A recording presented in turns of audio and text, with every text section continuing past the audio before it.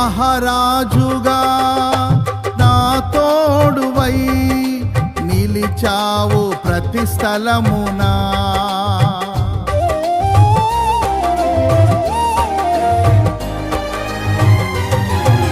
నా భారము నీవు మోయగా సులువాయే నా పయనము.